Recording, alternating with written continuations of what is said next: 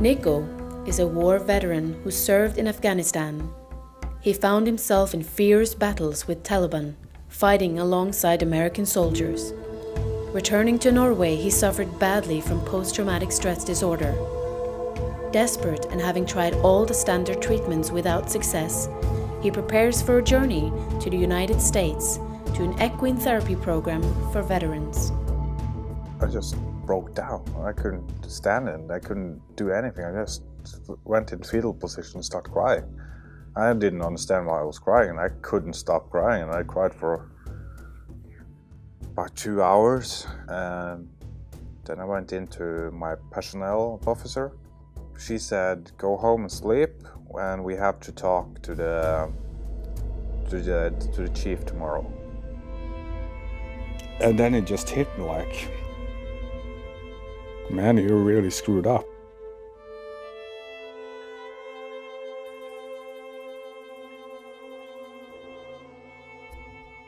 I was sleeping between the cars and dig down in a trench, and RPG starts flying over. And I waked up off an RPG, and it was like even the village opened fire upon us, and so I would just rushed up and take a loading grip on my 50 cal and starting shooting. At one point there was bullet coming 3 different directions. I saw like 4 tracer bullets, like 4 just coming on me. I went down. Huge bang in my right ear.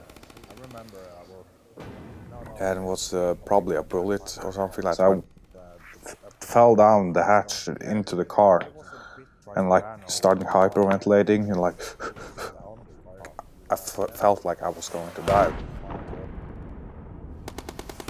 I was on the platoon leader's car, and he's turning around and saying, "Nico, breathe, breathe." And like, and while I was going up, like, "Thank you for everything," and say that I love everyone at home. And then I start shooting again. We were home that day, and I saw the whole thing unfold on television. Like many people in Norway, we saw it live on CNN. Just 5 minutes in, the second airplane came and crashed into the second tower. We saw a lot of pictures about everyone that saw the pictures, like people climbing on the outside of the building and everything and jumping just to get rid of the fire. It started to get more and more clear for me what I wanted to do, and it was either the army or the fire department. When the opportunity came, I joined the army. And it just so happens to be I went to Afghanistan.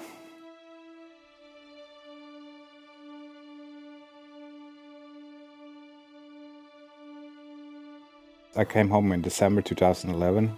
Pretty soon my relationship with my girlfriend went sour. I didn't do much other than eating potato chips and drinking cola and being angry. It's been a year now, and I lost myself. I'm not Nicholas, the one that I remember. I haven't been him for years. You lose your identity, and you have to accept that you're not longer that person that you used to be. And that's pretty hard. So you have to start all over again. And I've been now in therapy for 1.5, 2 years now, and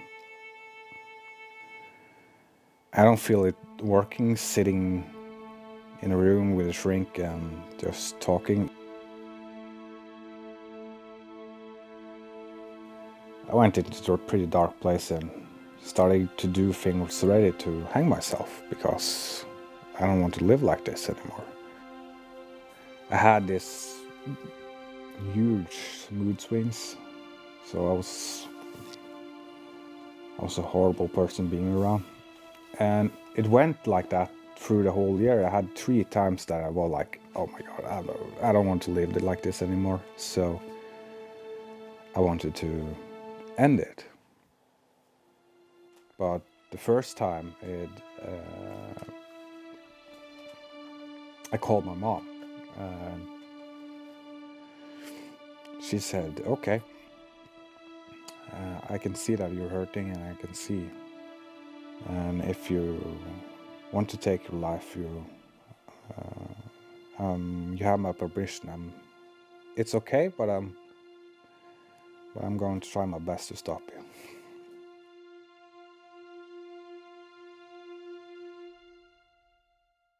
I heard some talk about horse treatment back in the States. And my stepdad knew a guy from US, John.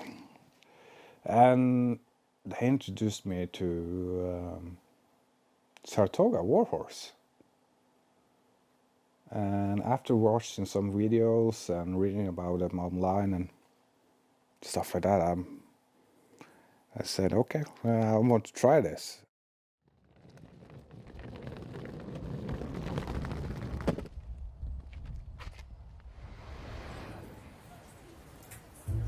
I was still not sure, like, I don't feel well in cramped places, and was going to sit in a sardine box for 7.5 hours.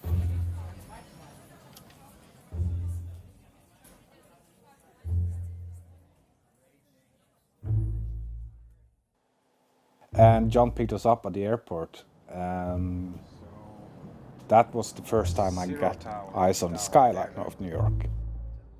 I had a checklist what I wanted to see. I wanted to see the Statue of Liberty and the World Trade Center and everything.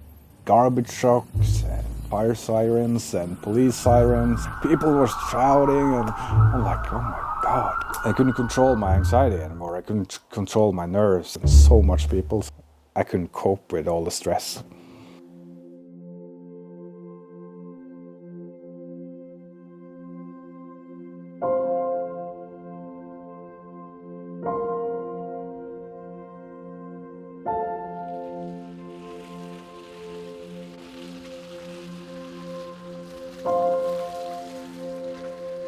I'm a Vietnam veteran. I served as a medical evacuation helicopter pilot in 1970-71 with the 101st Airborne.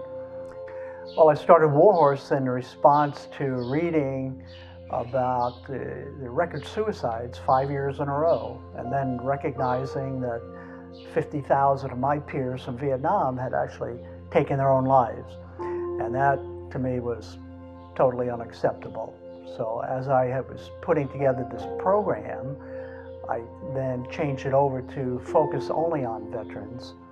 And from day one, it just worked beautifully in helping turn these veterans around and turn them back from the path they were on to suicide. I had suffered a couple of injuries in the military, brain injuries. And when I got out of the military, it was a very hard transition to civilian life, if you will. I didn't know how to be a civilian, if you will. And after years and years of trying to understand the outside world and other military people, friends of mine, personal friends of mine that are committing suicide left and right, I started to really believe that, hey, if I did that, then everything will be good again. So I decided one day that, I'm going to take my life. Today's the day. So like a typical military person, I got my uniform all out, made sure it was all nice and neat. I went to go get my hair cut. And when I was at the barber shop, I heard the barber and a person in a chair talking about this new thing called Saratoga Warhorse.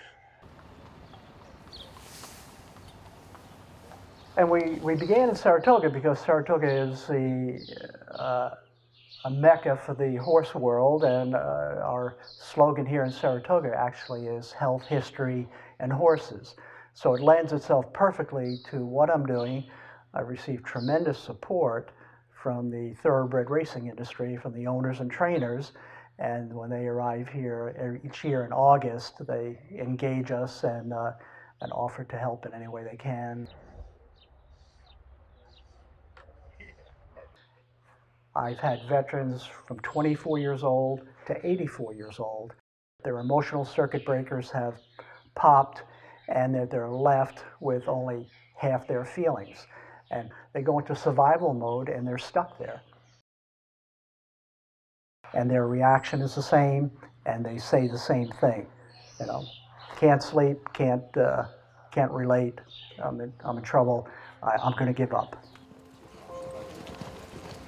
Take great pride that after our horses are in their slower days and need a little bit of loving care, as we try to retire them and we try to actually reprogram them for new homes. You know, we hooked up with Saratoga Warhorse a few years ago, and you know, they came out and they used our farm for a little bit too. You know, and I was just amazed. Okay, it was probably one of the single most exciting things that my wife and I have ever personally done and been a little tiny part of. But to watch those young men and young women, to watch them change because of an animal, it was so humbling. You know, there was one gentleman that came to our home and he didn't say a word for 3 days. When he met that horse, we couldn't shut him up. All he did was talk, okay? And we got a letter from his sister, okay, for Christmas holiday, about 2 months after they had done this at the farm. And I will never forget, she says, thank you for giving me my brother back. You know, in the military, we're made to believe that we are defense, you know, we cannot be beat, we're unstoppable. And then when we come out, we still have that shield of armor up. We don't have emotions. It's almost, you know, a sociopathic lifestyle. It's scary, you know, you're alone. You're really, really alone. And you come up here and, you know, they supply you an interaction where something happens between you and a horse that literally makes that armor just, literally pieces just crash off inside the round pen with the horse. And you feel for the first time, and in my case it was probably 10 years for the first time, and you feel everything now though. You can feel happy, you can feel sad, joy, you know, everything. It's okay to stop and smell the roses now. I can leave my lights on, my doors open, my shades up.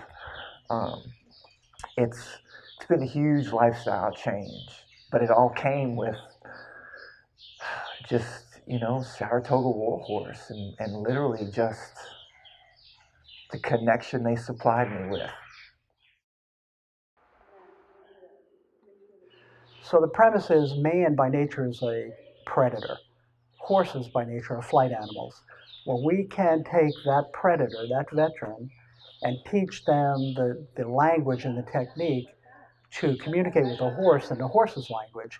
It causes the horse to want to bond with that predator, which is against their instinct. But what's really happening is that horse is saying, I trust you. Change direction. That horse is non-judgmental, that horse is engaging, and when that transition takes place between human and the horse, it's a beautiful thing to witness. Let that line go. Good. Nice. Excellent. Yeah. Now wait for him. Just right there. Beautiful. Keep him in your peripheral vision. Make sure you can see him. Breathe. Do that arc, that rainbow. Wait for him.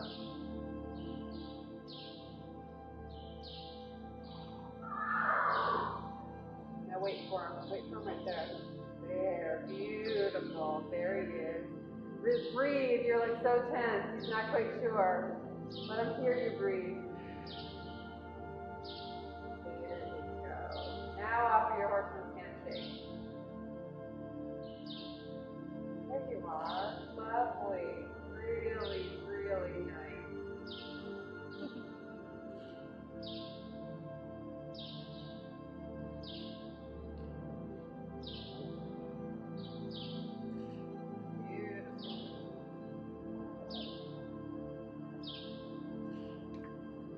And when that happens, and that horse accepts a veteran, this is something that can't be explained, but for the veteran, they feel like they've come home. They feel like I've been accepted again.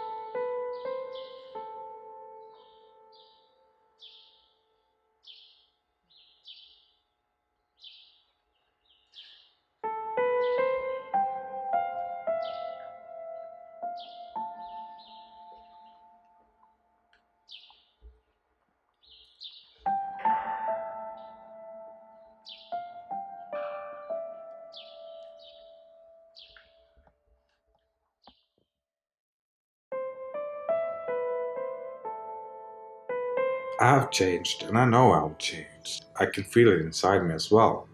And even my girlfriend said it on the phone. You sound different.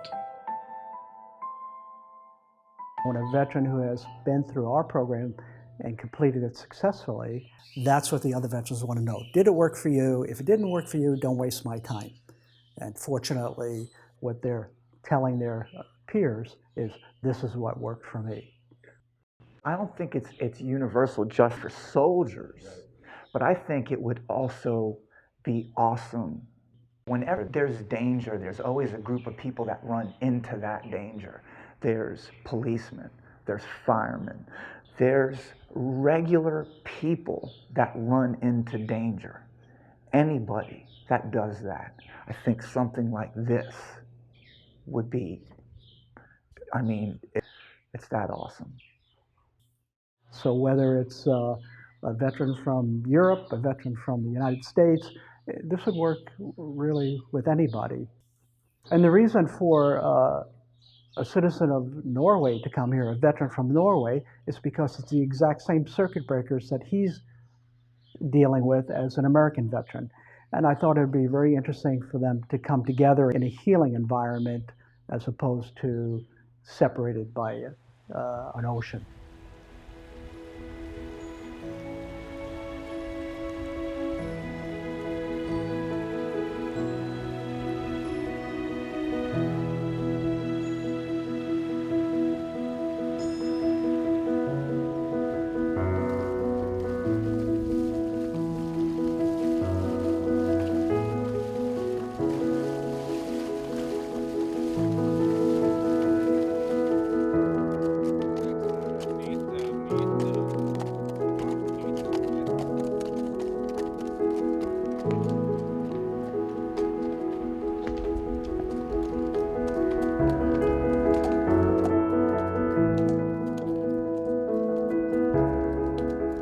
Honestly, I'm never going to be myself again, like my old self again. I'm a new Nicholas, but I want to find a better way of living the everyday life. I can honestly say I feel God have a purpose for me. I don't know what it is, but I honestly feel like God is watching over me, and like it's something I have to accomplish, but I don't know what yet, but I'm working and doing my best.